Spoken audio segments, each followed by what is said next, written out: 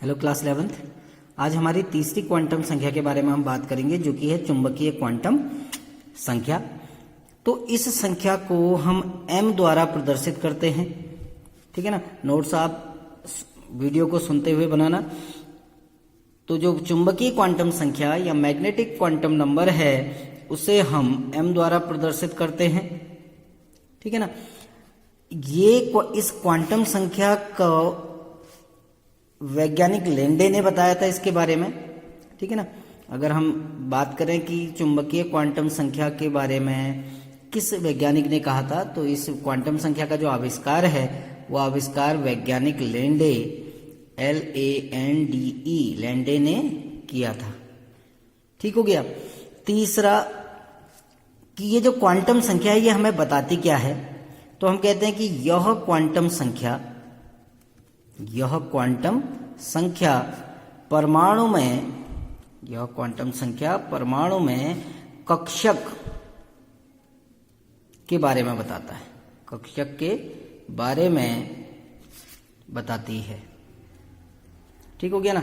तो जो ये क्वांटम संख्या है, चुंबकीय क्वांटम संख्या, जिसको हम m से प्रदर्शित करते हैं, वैज्ञानिक लेंडे द्वारा इसका आविष्कार किया गया था और ये क्वांटम संख्या हमें बताती है परमाणु के कक्षक के बारे में। चौथा पॉइंट, ठीक है ना, यह क्वांटम संख्या हमें बाह्य चुंबकीय क्षेत्र में इलेक्ट्रॉन की प्रकृति को बताता है। यह क्वांटम संख्या बाह्य चुंबकीय क्षेत्र में, यानी बाहर से यदि कोई चुंबकीय क्षेत्र लगाया जाए, बाह्य चुंबकीय क्षेत्र में इलेक्ट्रॉन की प्रकृति की व्याख्या करता है। इलेक्ट्रॉन की प्रकृति की व्याख्या करता है कि यदि बाह्य चुंबकीय क्षेत्र में किसी परमाणु को रखा जाए तो उसमें इलेक्ट्रॉनों की क्या प्रकृति रहती है। ठीक है ना। इलेक्ट्रॉन की प्रकृति की व्याख्या करता है। जो बाह्य चुंबकीय क्षेत्र है उस बाह्य चुंबकीय क्षेत्र में इलेक्ट्रॉन की क्या प्रकृति होगी उसकी व्याख्या करता है। ठीक। नेक्स्ट हम कहते हैं कि जब किसी परमाणु को बाह्य चुंबकीय क्षेत्र में रखा जाता है, जब किसी परमाणु को, आपके पास कोई परमाणु है, हम उस परमाणु को बाह्य चुंबकीय क्षेत्र में रख रहे हैं, तो जब किसी परमाणु को बाह्य चुंबकीय क्षेत्र में रखा जाता है, बाह्य चुंबकीय क्षेत्र में रखा जाता है, बाह्य चुंबकीय क्षेत्र में रखा जाता है, तो गति करने वाले जो इलेक्ट्रॉन होते हैं वो कोणीय संवेग प्रदर्शित करते हैं। हमें पता है इलेक्ट्रॉन गति करते हैं, तो गति करने वाले इलेक्ट्रॉन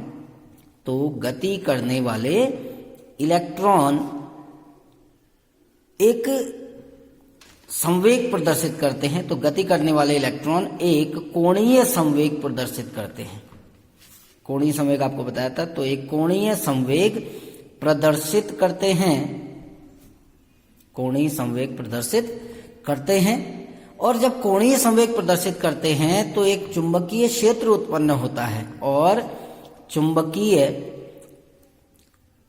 क्षेत्र उत्पन्न होता है। यानी जब कोणीय संवेग, जो इलेक्ट्रॉन गति करते हैं तो गति करते समय एक कोणीय संवेग प्रदर्शित करते हैं, जिसके कारण एक चुंबकीय क्षेत्र उत्पन्न हो जाता है, यानी चुंबकीय क्षेत्र उत्पन्न करते हैं। ठीक है ना।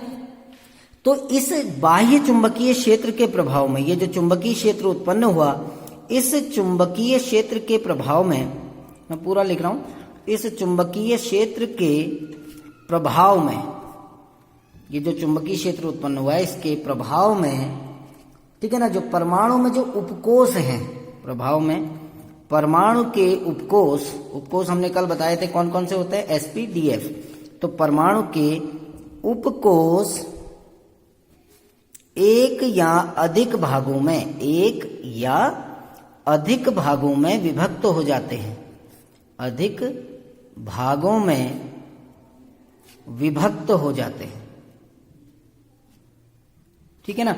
जैसे ही बाह्य चुंबकीय क्षेत्र में किसी परमाणु को रखा जाता है तो उस परमाणु के जो उपकोष हैं, उपकोष क्या होते हैं, सबसे पहले कोष आता है KLMN, उसके बाद उपकोष आते हैं sp-df।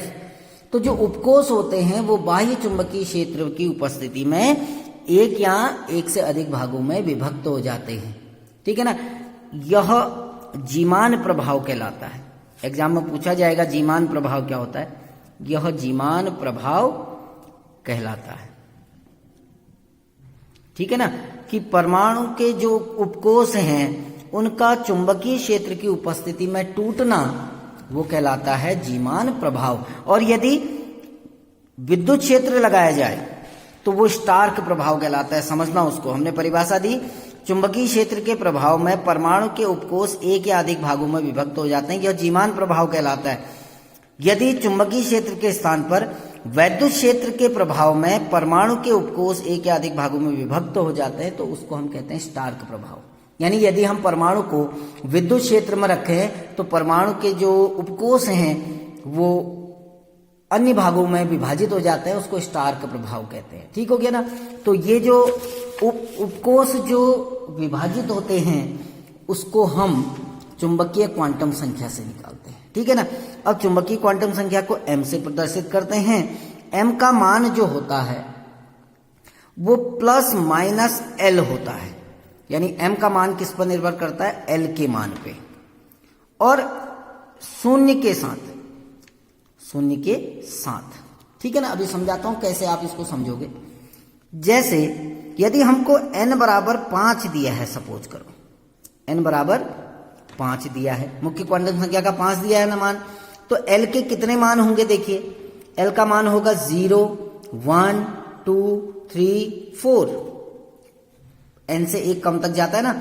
अब जब l बराबर 0 है तो m बराबर भी 0 हो जाएगा, l बराबर 1 है तो m बराबर माइनस से लेकर प्लस तक, यानी -1, 0, +1, इसको आप समझना, -1, 0, +1।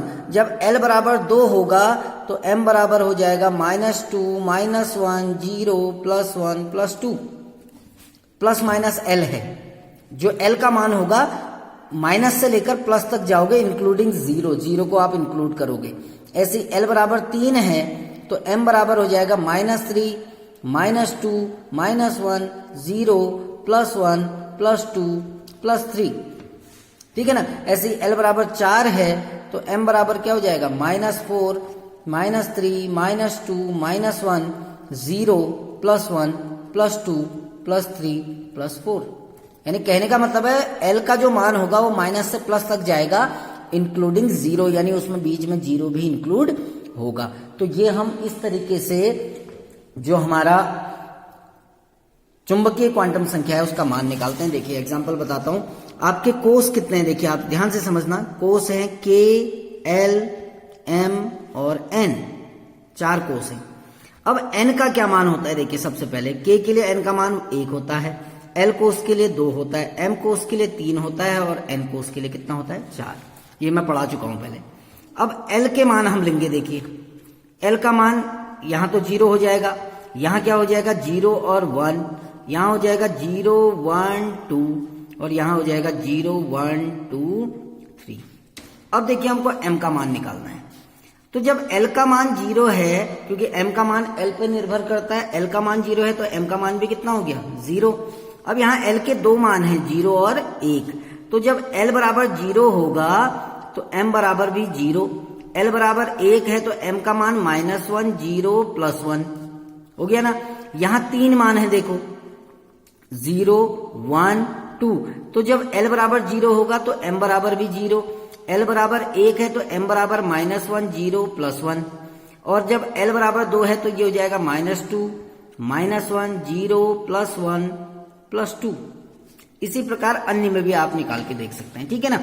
अब हम सीधे सीधे एक चीज देखते हैं कि जब l बराबर 0 है तो कक्षक कौन सा होता है, S। जब l बराबर 1 है तो कौन सा उपकोष होता है आपका, P। जब l बराबर 2 है तो कौन सा उपकोष होता है, D। जब l बराबर 3 है तो कौन सा उपकोष होता है, F। ठीक है ना। अब ये l के मान है, हम m के मान निकालते हैं। देखिए l बराबर 0 तो m बराबर भी 0, l बराबर 1 है तो m का मान क्या हो जाएगा, -1, 0, +1 है ना। l बराबर 2 है तो m का मान क्या हो जाएगा, -2, -1, 0, +1, +2। l बराबर 3 है तो m का मान -3, -2, -1, 0, +1, +2, +3।